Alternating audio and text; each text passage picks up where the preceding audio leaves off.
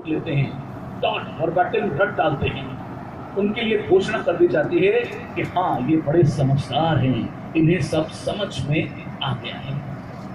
आप क्रिटिकली अपनी पढ़ाई के जो तरीका है उसको देखिए, एक बार मैं चाहता हूँ आप इवैल्यूएट करिए। अगर आपको मेरी बात अजीब लगे तो मैं आपको बताना चाहता हूँ कि समझ क्या होती है। समझ तब होती है जब आपको सर्कल का इन सेंटर बनाना मान लीजिए एक बार सिखा दिया जाता तो सर्कम सेंटर आप खुद बनाते। आपको ये नहीं बताया जाता कि कंपास को यहाँ रखिए, फिर ऐसे आर्क लगाइए, फिर उसको उठाइए, फिर थ्री पर रखिए। ये क्या है?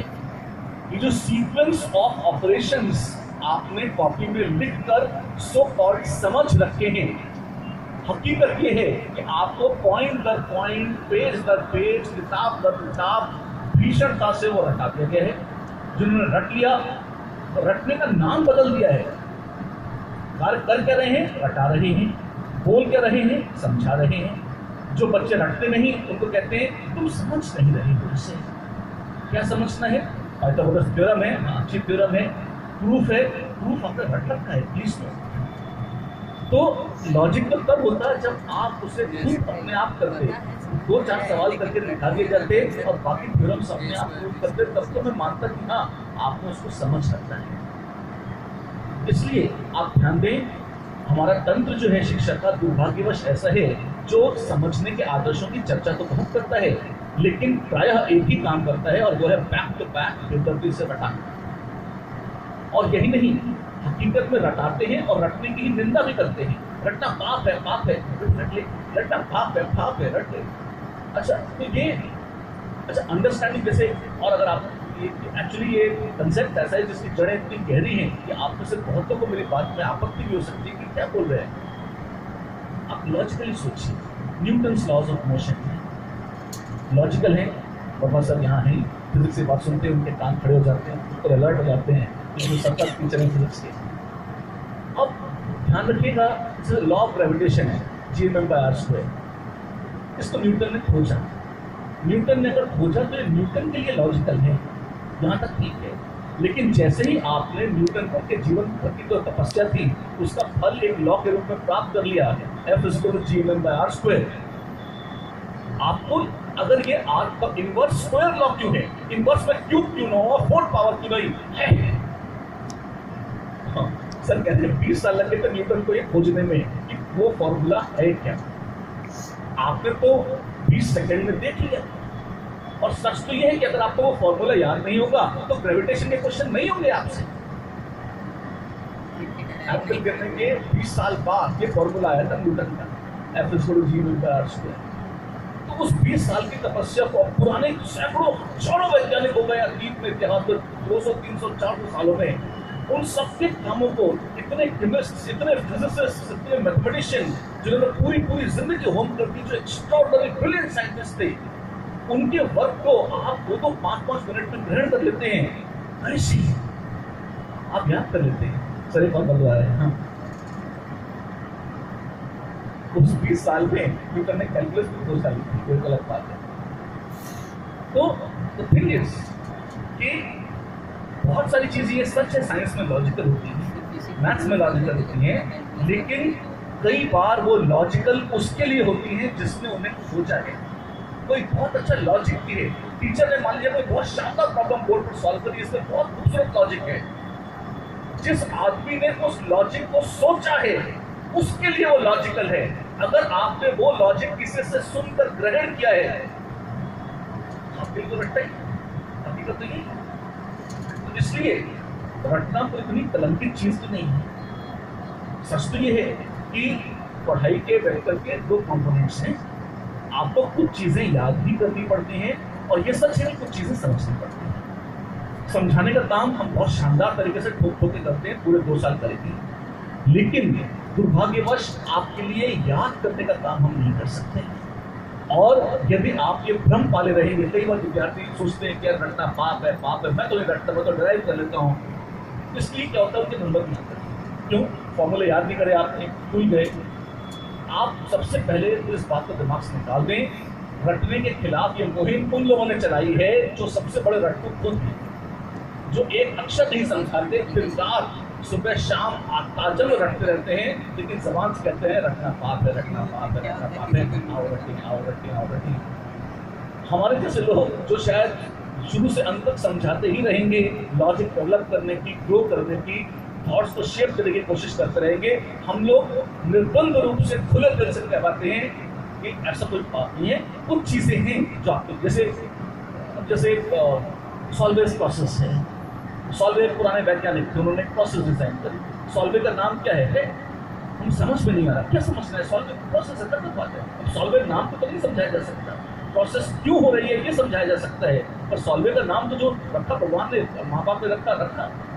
तो जैसे पोटेशियम डाइक्रोमेट है, ऑरेंज कलर का है, क्यों है? आपका लेते के ऑर्बिटल्स और उनके हिसाब से एक्सप्लेनेशन दे भी दो तो भी अल्टीमेटली है जो है। बहुत सारे ऐसे फैक्ट्स हैं, मैथ्स में बहुत सारे थ्योरम्स हैं, फिजिक्स के सारे फॉर्मूले हैं जो आपको याद रखने पड़ेंगे। अगर आप इससे बचेंगे तो आप बहुत पीड़ा पाएंगे। मैथ्स में मुझे याद है एक बहुत अच्छी किताब है एस.एन. लोनी। मैं मैथ्स के बार बार इसलिए जिक्र कर रहा हूँ क्योंकि अधिकांश बच्चे पेरेंट्स मानते हैं कि मैथ 100% लॉजिकल है, उसमें भी रट्टे के भयंकर तत्व ही, ट्रिग्नोमेट्री के फॉर्मूले हैं, sin C + sin D, ये क्या है, कौन सा लॉजिक है, प्रूफ है उनका, लेकिन याद तो करने पड़ते हैं।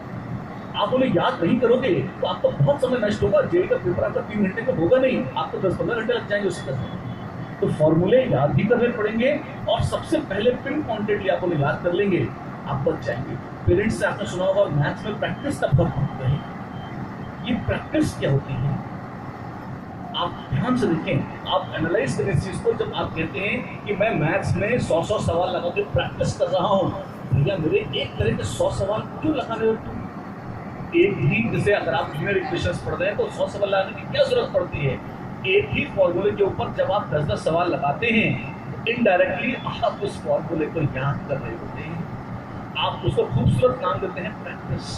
और अल्टीमेटली एक फॉर्मूले के लगातार 10 सवालों में प्रयोग के बाद वो फॉर्मूला आपको हट जाता है, आपको पता भी नहीं चलता, आप खुश हो जाते हैं कि वाह मैंने प्रैक्टिस से परफेक्शन हासिल कर लिया।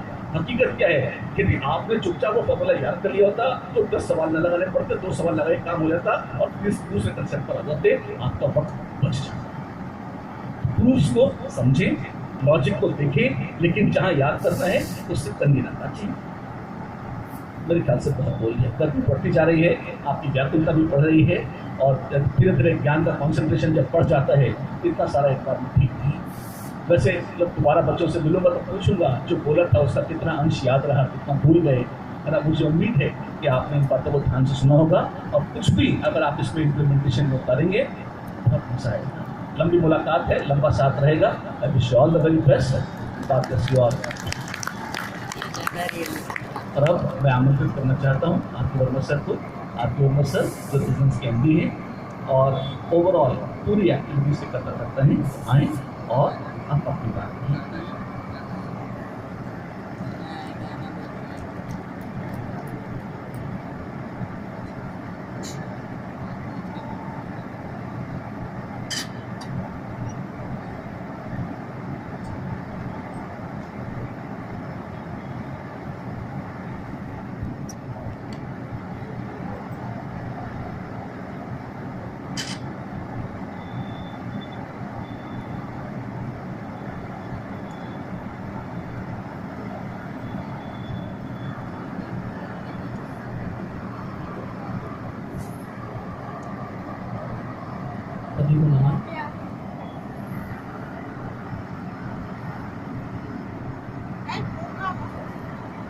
सबसे पहले मैं रेजोनेंस की पूरी टीम के बिहाफ पे सभी बच्चों का, पेरेंट्स का कोटा में और रेजोनेंस में स्वागत करता हूँ।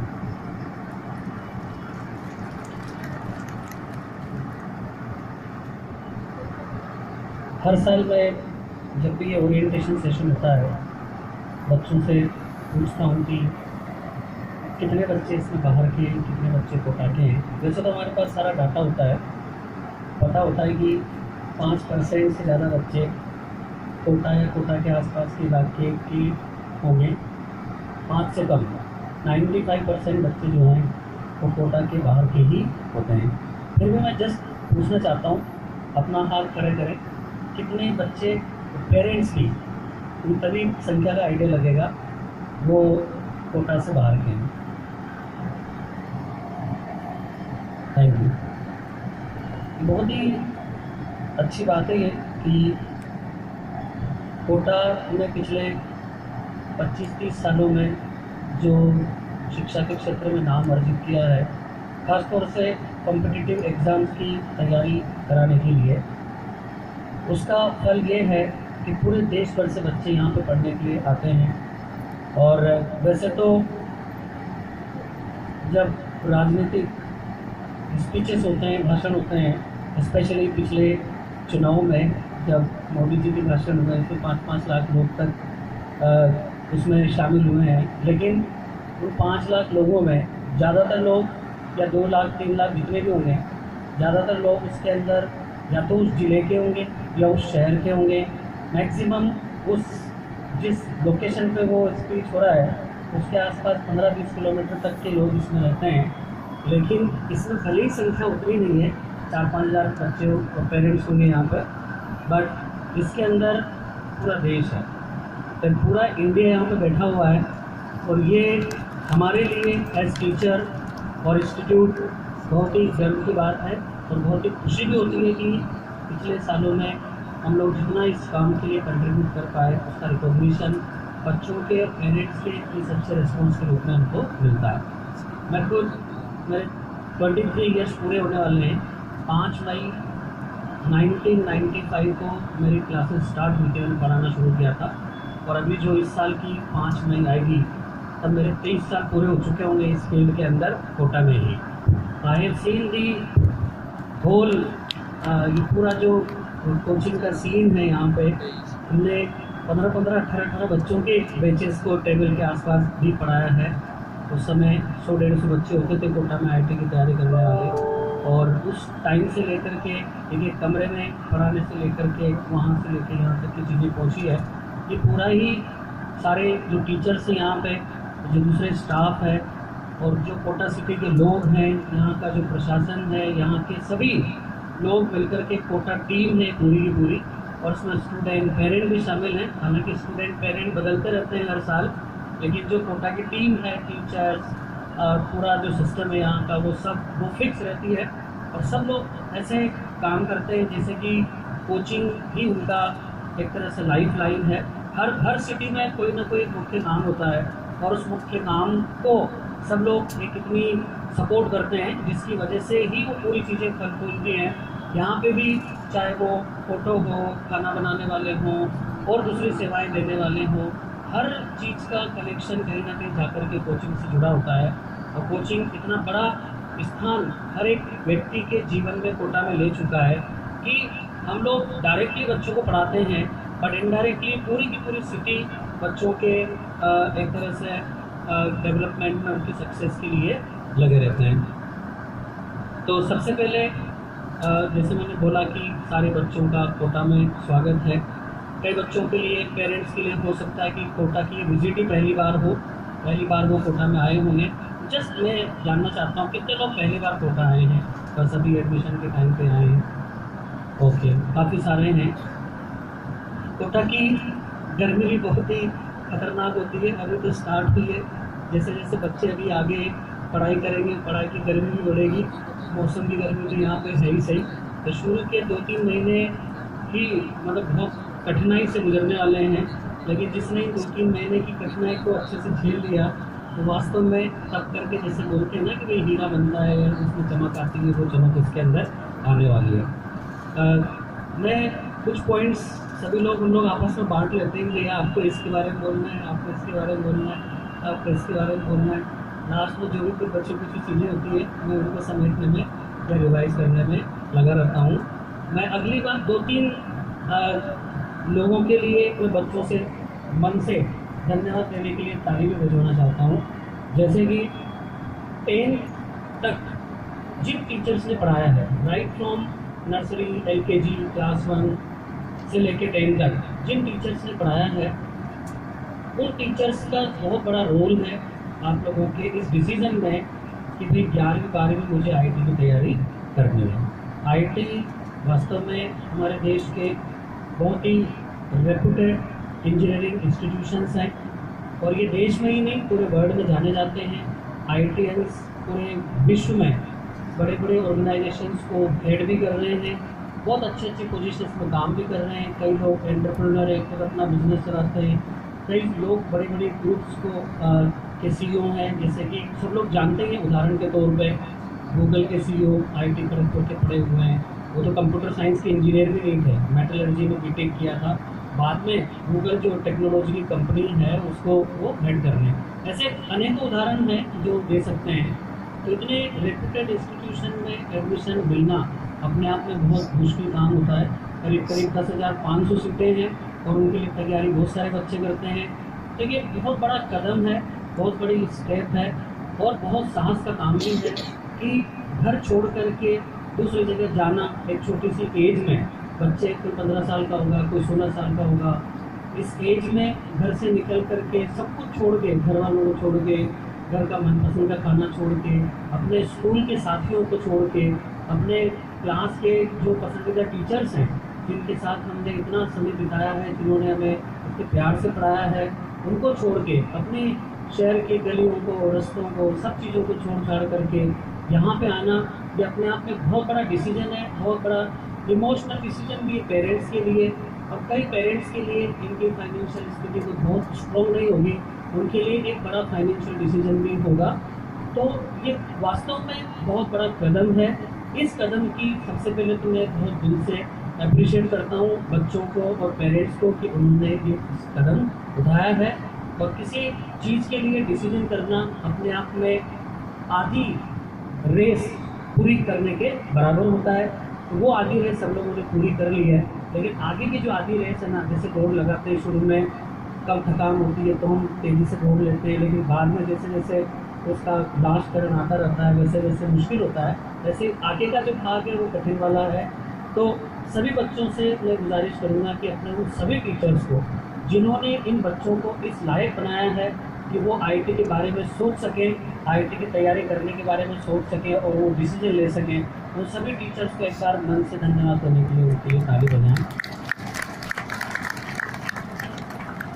वैसे तो जो स्कूल वाले टीचर्स होते हैं वो हमेशा याद रहते हैं। हम लोगों को भी जिन्होंने हमको पढ़ाया था शुरू वाली क्लासों में, वो आज तक भी याद है, क्योंकि वो उस समय मन दिमाग सब इस तरह के होते हैं कि वो टीचर से बहुत अच्छी छाप हमारे दिमाग पे छोड़ते हैं। पर एक उनका सबसे बड़ा कंट्रीब्यूशन है कि you people could decide about this thing. हमारा काम तो अब शुरू होगा, जब कल से 9 तारीख से मंडे से क्लासेस शुरू होंगी, तब हमारा काम स्टार्ट होगा।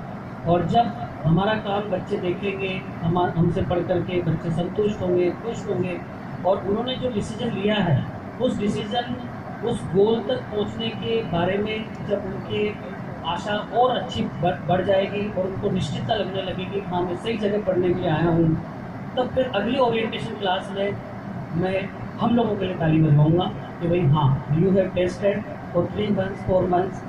तो हमारे काम के बारे में फिर हमें अप्रिशिएट कर सकते हैं। दूसरे जो डिसीजन मेकर हैं बच्चों के लिए पेरेंट्स हैं।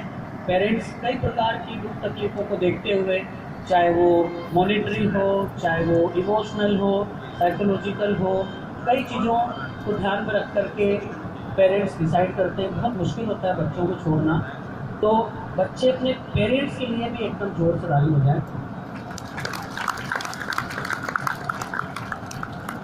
वैसे तो क्या पेरेंट्स के लिए ताली बजाना अपने आप में बहुत छोटी सी बात होती है, लेकिन फिर भी कभी कभी मन से धन्यवाद निकलना ज़रूरी होता है।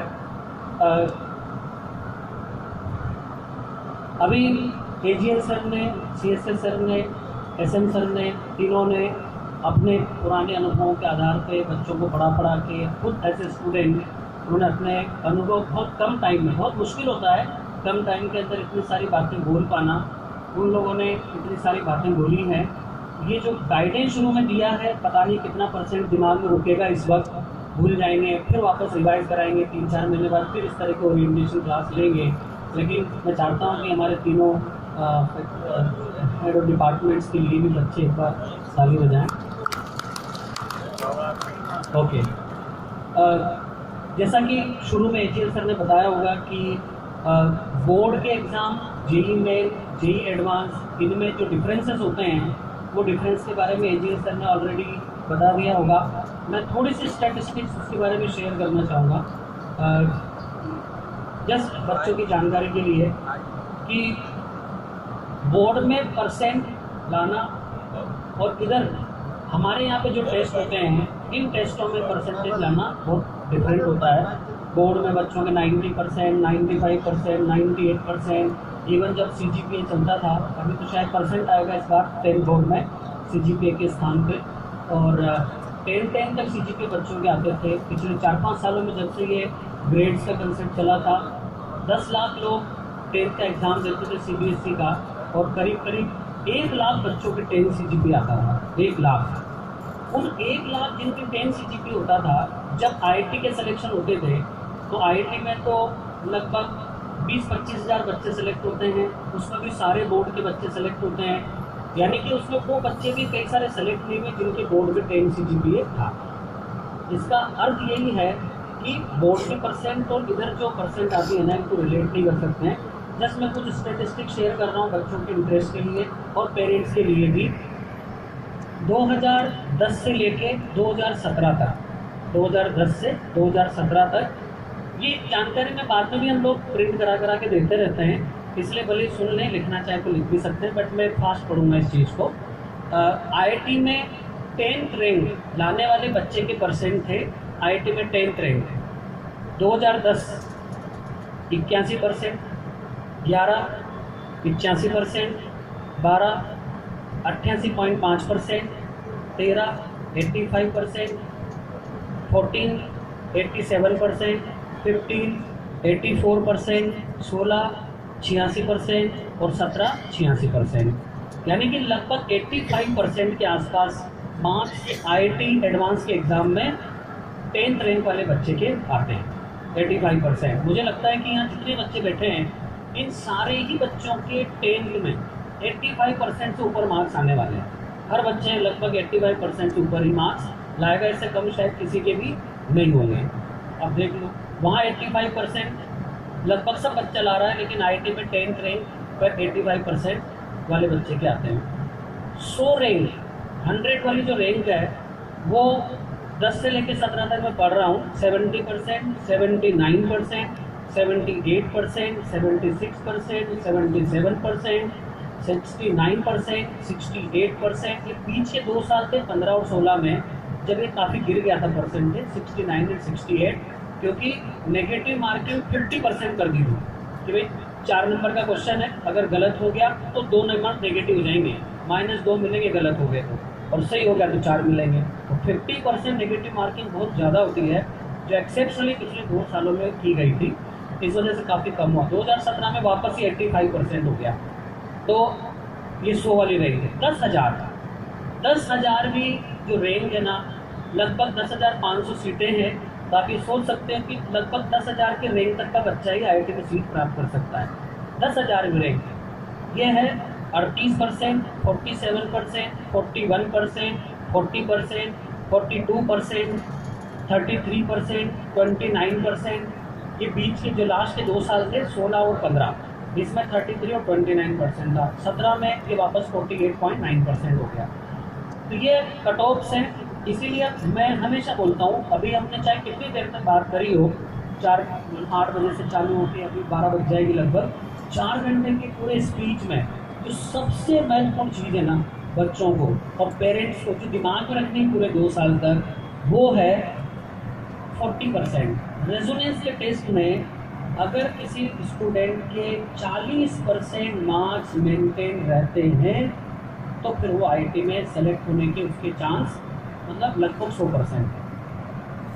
ये सबसे इम्पोर्टेंट चीज़ है। बच्चे अपने कमरे में जाके दीवार पे एक कागज़ में लिख के चिपका सकते हैं कि भाई मुझे यहाँ वाले टेस्टों में 40% या 40% से अधिक मार्क्स लाने, जो जितने ज़्यादा लाएगा उतनी बढ़िया रैंक होगी, लेकिन सेलेक्ट होने के लिए 40% मार्क्स के आसपास उसको यहाँ के टेस्ट में लाने होंगे, जो IIT वाले पैटर्न के टेस्ट होते हैं। यहाँ पे 3 प्रकार के टेस्ट होते हैं, IIT pattern, JEE main pattern और बोर्ड पैटर्न, 3 तरह के टेस्ट होते हैं। लेकिन जो IIT वाले पैटर्न के टेस्ट होंगे उसमें बच्चे के 40% मार्क्स होने चाहिए। एक बुकलेट हम लोग बच्चों को देते हैं हर साल, ये बुकलेट है, हो सकता है दूर से दिखेगी नहीं, लेकिन इसका टाइटल है रिजल्ट एल्बम। हर साल जो बच्चे रेजोनेंस में पढ़ के सेलेक्ट होते हैं आईआईटी में, जेईई मेन में और मेडिकल में, उन तीनों की हम एक बुकलेट बनाते हैं। इस बुकलेट के अंदर बच्चों के फ़ोटो होते हैं और फोटो के पास उसकी अलिंदा रैंक होती है, उसके नीचे उसका नाम होता है, उसके नीचे उसका रोल नंबर होता है, किस स्टडी सेंटर में पढ़ा ये होता है। ये इम्पोर्टेंट चीज़ नहीं, सबसे इम्पोर्टेंट चीज़ लास्ट में होती है उसके नीचे, वो है कि रेजोनेंस में उसके कितने परसेंट थे साल भर के और उसके आईआईटी में कितने परसेंट आए। जहाँ पे जेईई मेन का रिजल्ट होगा वहाँ पे उसके रेजोनेंस के जेईई मेन वाले टेस्टों की परसेंट होती है और उसके एक्चुअल जेईई मेन में कितने परसेंट आए। जो मेडिकल का बच्चा है उसके रेजोनेंस के टेस्टों में कितनी परसेंट थी और उसके मेडिकल का जो एक्चुअल एग्ज़ाम हुआ नीट का उसमें उसके कितनी परसेंट आई। इससे कंपैरिजन होता है कि भाई यहाँ के टेस्ट में अगर आप इतनी परसेंट ला रहे हो वहाँ के टेस्ट में इतनी परसेंट ला सकते हैं। ये हर साल हम लोग बुकलेट बनाते हैं, पिछले कई सालों से बुकलेट बच्चों को बांटते आ रहे हैं, जिससे पूरा आइडिया लग जाता है कि भाई यहाँ पे हम इतनी परसेंट लाएंगे तो वहाँ पे हम कितनी परसेंट तक पहुँच सकते हैं और ये रैंक अपन एक्सपेक्ट कर सकते हैं। तो उधर 2 साल बाद एग्ज़ाम देने से पहले ही अपने को आइडिया लग जाता है कि जैसे अभी इस साल जो भी बच्चे एग्ज़ाम देंगे 2018 में, उनके एग्ज़ाम का रिजल्ट आने के 2-3 महीने बाद हम ये बुकलेट जारी कर देते हैं। तो लगभग दिवाली के आसपास बच्चों को बुकलेट मिल जाती है। तो 11th में दिवाली के आसपास सब बच्चों को बुकलेट मिलेगी। उस बुकलेट में बच्चे देख सकते हैं, तब तक उनकी 5-6 महीने की यहाँ तैयारी हो चुकी होगी, 5-6 महीने में उनकी परसेंटेज आ चुके होंगे, हर टेस्टों की परसेंटेज आ जाती है। उससे लगभग आइडिया लग जाता है कि भाई इस बच्चे का ट्रेंड क्या चल रहा है और उस ट्रेंड से वो आइडिया लगा सकता है कि वो कहाँ पे पहुँच सकता है। तो इस तरह से एक बहुत ही इम्पोर्टेंट जानकारी इस बुकलेट के थ्रू मिलती है। और हम लोगों के टेस्टों का जो पैटर्न है वो कुछ इस तरह से रहता है कि लगभग जो परसेंटेजेस उसकी यहाँ पे रहेगी, ये मैं बहुत इंपॉर्टेंट बात बोल रहा हूँ, जो परसेंट उसकी यहाँ के टेस्टों में होगी उसके ये मान लो कि ±5% में उसका एक्चुअल एग्ज़ाम में परसेंट आने वाला है।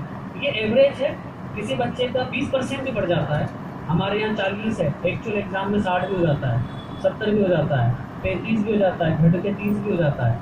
वो फिर इंडिविजुअल पे डिपेंड करता है कि भाई वो पूरा कोर्स खत्म होने के बाद किस तरह से रिवीजन वगैरह करता रहता है। लेकिन सारे बच्चों का एवरेज निकालेंगे तो करीब करीब वो ±5% के अंदर आ जाता है। तो ये काफ़ी सटीक हमारे जो एग्ज़ाम्स होते हैं, टेस्ट होते हैं, इनकी लेवल उस तरह से मेंटेन करके हम लोग रखते हैं।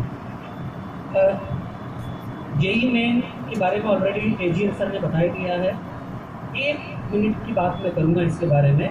जेईई मेन जैसा कि सब लोग जानते हैं कि फर्स्ट स्टेज है आईआईटी में, आईआईटी के एग्ज़ाम के लिए क्वालिफाई करने के लिए, और इसका कट ऑफ लगभग 30% होता है। वो 30% कट ऑफ लाना आसान भी होता है, कठिन भी होता है। जो बच्चा यहाँ पे जिस तरह से भी सब लोगों ने बताया है और बीच बीच में हम लोग बताते भी रहेंगे, अगर उनको फॉलो करेंगे इंस्ट्रक्शंस को प्रॉपरली तो वो बच्चे जेईई में इजीली क्वालिफाई कर जाते हैं। अब आजकल जेईई मेन का रोल केवल आईआईटी के लिए क्वालिफाई करने तक नहीं रहा है, जेईई मेन का रोल एनआईटी में एडमिशन देना भी है। इसलिए जेईई मेन को बच्चे सिर्फ इस तरह से नहीं लें कि मुझे आईआईटी के लिए क्वालिफाई करना है, जेईई मेन को इस वे में भी लेना है कि बाई चांस आईआईटी में नहीं होता है किसी भी कारण से तो अपने पास एक अच्छा ऑप्शन रहेगा, जेईई मेन में अच्छी रहेंगे तो एनआईटी में सेलेक्ट हो सकते हैं। तो उसको वो सीरियसली भी लेना है। कई बच्चे आईआईटी के लिए तैयारी करते हैं तो वो उनको एनआईटी से कोई लेना देना नहीं होता है। कई बच्चे तो मैंने ऐसे देखे कि वो एक ज़माने में ये पहले AIEEE हुआ करता था, तो कि भाई मुझे आईआईटी की तैयारी करनी है, मैं तो AIEEE का फॉर्म ही नहीं भरूँगा। क्यों नहीं भरेंगे भाई कि अगर मैं फॉर्म भरूँगा और सेलेक्ट हो गया ना बाई चांस और आईआईटी में नहीं हुआ तो मेरे पेरेंट्स जो है ना मुझे एनआईटी में भेज देंगे, ऐसे में मैं फॉर्म ही नहीं भरूँगा। लेकिन ऐसा नहीं होना चाहिए, हमको हमेशा एक रिस्क कैलकुलेशन करके रखना चाहिए। बच्चों का और पेरेंट्स का मैं धन्यवाद भी देना चाहूँगा इस कंपटीशन के युग में, जहाँ की कोटा में खूब सारे कोचिंग इंस्टीट्यूट चलते हैं और कोटा में ही नहीं पूरे देश भर में बहुत सारे संस्थान चलते हैं और सबकी अपनी अपनी क्वालिटीज़ होती है, अपने अपने तौर तरीके होते हैं। सब लोग खूब मेहनत करते हैं, सब लोगों का अपना अपना इतिहास है, अपना अपना काम करने का तरीका है, अपने अपने रिजल्ट हैं। हम लोगों ने भी पिछले 17 साल में खूब मेहनत की है और कंसिस्टेंटली लगातार अच्छे रिजल्ट भी देते आ रहे हैं। लगभग 6 लाख बच्चे अभी तक 17 साल में रेजोनेंस से कनेक्ट हो चुके हैं। इस साल के नंबर अलग रहेंगे। इनमें से लगभग 4.25 लाख बच्चे क्लासरूम से पढ़े हुए हैं और लगभग 2.25 लाख बच्चे हमारे करेस्पॉन्डेंस कोर्स से कनेक्ट हुए हैं पिछले 17 ईयर्स के अंदर। और हम लोग, मैं इस बात को इसलिए बोल रहा हूँ कि किसी भी इंस्टीट्यूट को से जुड़ने से पहले पेरेंट्स, बच्चे खुद तहकीकात करते हैं। मैं इस बात को डिनाई नहीं करता हूँ, है ना। जैसे हम बच्चों को सेलेक्ट करते हैं, बच्चे भी हमको सेलेक्ट करते हैं। तो जुड़ने से पहले जितनी भी तहकीकात करनी थी, जो भी जांच करनी थी, वो सब जांच सब लोग कर चुके हैं। अब मैं ये कहना चाहता हूँ कि 2 साल तक, है ना, हम लोग अपनी परीक्षा में पास हो चुके हैं, यू हैव जॉइन। अगले 2 साल तक पूरा फोकस करके पढ़ाई करना है। 2 साल तक बिल्कुल भी ध्यान डाइवर्ट नहीं करना है। जो भी रेजोनेंस बताएगा उस रेजोनेंस उसके हिसाब से बच्चों को अपनी पढ़ाई पे ध्यान देना है। जितना मटेरियल चाहिए, जितना गाइडेंस चाहिए, चाहे वो क्लास हो, चाहे मटेरियल हो, चाहे वो टेस्टिंग हो, हर चीज़। ये 17 साल का सैकड़ों लोगों का अनुभव उसके साथ जुड़ा हुआ है। हर डिपार्टमेंट में 2-2, 3-300 लोग फैकल्टी मेंबर्स जो कोटा में शहर, हमारे 50 शहरों के अंदर ब्रांचेस हैं, सब लोग मिल करके काम करते रहते हैं। हमारा अगर कोई टेस्ट पेपर होता है तो उस टेस्ट में बहुत सारे टीचर्स अपने उसमें इनपुट्स देते हैं। इतना मटेरियल अपने 17 साल में बनाया हुआ है, उसके बावजूद भी फिर नए क्वेश्चन बनाते हैं। फिर जैसे जब लोड कम रहता है, जून जुलाई के बाद हमारे टीचर्स को लोड बढ़ जाता है, अभी थोड़ा फ्री रहते हैं, तो उनको क्वेश्चन बनाने के लिए काम देते हैं, तो नए नए क्वेश्चन बनाते हैं। इतनी सारी टीम है, लगभग 12-1300 फैकल्टी मेंबर्स की टीम है रेजोनेंस में, कोटा और बाहर की। तो सब लोग मिलकर के क्वेश्चन बनाते हैं, नए क्वेश्चन बनाते हैं। अगर हम कोई भी नया काम नहीं करेंगे ना, तब भी पुराने क्वेश्चन से हम काम चला सकते हैं, लेकिन फिर भी नए क्वेश्चन बनाने का एक जुनून रहता है, नए क्वेश्चन बनाते हैं। और ये पूरी टीम का ही कमाल है कि बच्चों को और नए से नया मटेरियल प्रोवाइड करते रहते हैं। तो मैं बस ये बोलना चाहता हूँ सभी पेरेंट्स और बच्चों को कि जिस कॉन्फिडेंस और सारी चीज़ें करने के बाद अब आप जुड़े हो रेजोनेंस है, तो 2020 में बच्चे एग्ज़ाम देंगे। 2020 तक पूरे कंसंट्रेशन के साथ, पूरे फोकस के साथ हमारे टीचर्स के द्वारा जो भी इंस्ट्रक्शंस मिलते हैं उसको ईमानदारी से फॉलो करते जाएं। Definitely you will be successful. बीच में कभी भी किसी का दोस्त किसी और कोचिंग में पढ़ रहा है तो हर व्यक्ति को कुछ ना कुछ इंप्रेशन जमाने की कोशिश करता है ना। बच्चों को कुछ ना कुछ बताता है, यार मेरे को तो ये मिला है, तेरे को मिला है नहीं मिला है। सबके अपने अपने तरीके हैं, है ना। तो जो यहाँ से मिल रहा है, क्या चीज़ देनी है, कब देनी है, वो हमें मालूम है, ठीक है ना। जैसे बीमार होते हैं, किसी डॉक्टर के पास जाते हैं, तो एक डॉक्टर से अपना इलाज चलता रहता है, तो पूरा लाइन ऑफ एक्शन उनको पता होता है। इसी तरह से ट्रस्ट रखते हुए ये ट्रस्ट पूरे 2 साल बना करके रखना है। बीच में बिल्कुल भी भटकाव बच्चे को नहीं करना है। ये मैं बहुत ही चाहे रिक्वेस्ट तरीका मान लो, चाहे सजेशन मान लो, एडवाइस मान लो, है ना, ऑर्डर मान लो, जो मानना है मान लो, लेकिन ये बहुत कीमती चीज़ है, बहुत इंपॉर्टेंट चीज़ है कि आप अपना फोकस इधर उधर बिल्कुल भी भटकाएं नहीं। जो भी चाहिए, अगर तुमको लगता है बच्चों को कि भाई जितना मटेरियल रेजोनेंस में मेरे को दिया वो मैं कंप्लीट कर चुका हूँ, मेरा खत्म हो गया मटेरियल, मुझे और चाहिए, तो क्लास टीचर से कहो कि सर मेरा मटेरियल पूरा हो गया है, अब मेरे को और मटेरियल दो, आप और मटेरियल मिल जाएगा। कोई कमी नहीं, मटेरियल की खूब सारा मटेरियल हमारे पास में, स्टडी मटेरियल। CSS सर ने उसको पूरा एक्सप्लेन भी किया था उस टाइम पे। पिछले जब से JEE मेन वगैरह चला है, मुझे खुशी है कि हमारी टीम ने बहुत अच्छे से काम किया और कुछ बीच में 2 बार JEE मेन में रेजोनेंस के हाईएस्ट नंबर ऑफ सिलेक्शन भी रहे हैं, एक बार एडवांस भी हाईएस्ट नंबर ऑफ सिलेक्शन रहे हैं। हर बार तो हाईएस्ट नहीं हो पाता, कभी सेकेंड हाईएस्ट होते हैं, कभी हाईएस्ट होते हैं। तो ये मतलब मुझे खुद को काफ़ी खुशी होती है हमारी टीम की इस मेहनत को देख करके। जस्ट एक ऐसी अच्छी बात शेयर करता हूँ। AGL सर, CSS सर जो हमारे मैथ्स और फिजिक्स डिपार्टमेंट के हेड ऑफ डिपार्टमेंट्स हैं, वो दोनों मेरे स्टूडेंट भी रहे हैं जब वो IIT कोचिंग करते थे 98-99 में। Both of them were taught by me when they were taking coaching.